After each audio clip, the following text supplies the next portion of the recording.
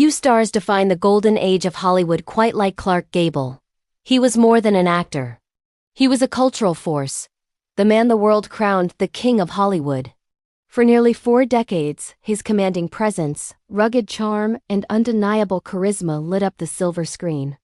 His story is one of humble beginnings, meteoric rise, heartbreaking tragedy, and a legacy that continues to resonate with audiences today. Let's explore the life of the man who epitomized the American ideal of masculinity for a generation. Born in a small Ohio town in 1901, Gable didn't start at the top. He cut his teeth in theater productions, working odd jobs to support his dream. His first film roles in the mid-1920s were small, often uncredited. But even then, you could see it, that raw, magnetic quality that set him apart. The slick, polished leading men of the era were no match for his unique, masculine energy. MGM saw that potential and signed him in 1931. Almost overnight, he went from a supporting player to a leading man, starring alongside superstars like Joan Crawford and Jean Harlow. His on-screen persona was born, bold, confident, and irresistibly charming.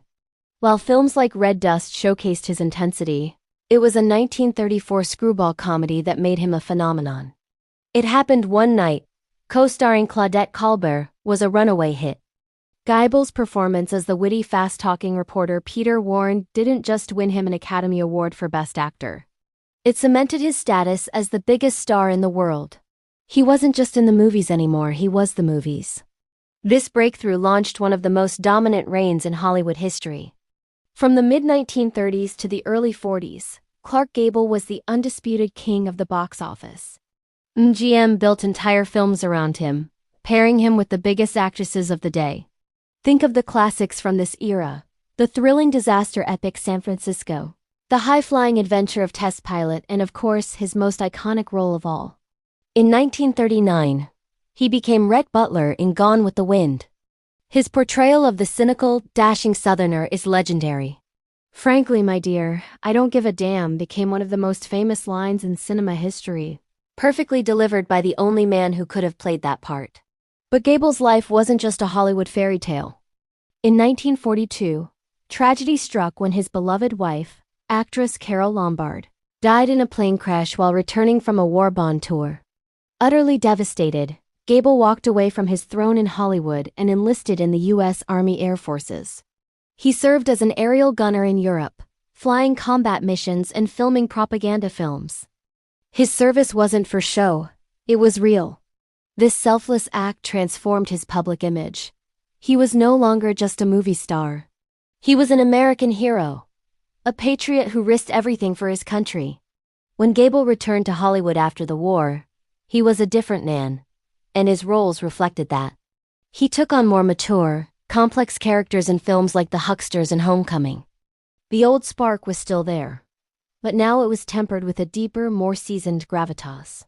He proved he could evolve with the times, leaving MGM in the 1950s to work as an independent actor. This later period produced some incredible films, like the safari adventure Mogambo and the tense submarine drama Run Silent, Run Deep.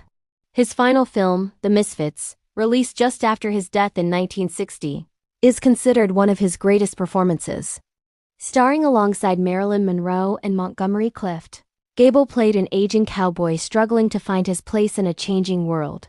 It was a raw, vulnerable, and deeply moving performance, a poignant final chapter to an extraordinary career. So why does Clark Gable still matter all these years later? Because he represented something timeless: confidence without arrogance, charm without pretense.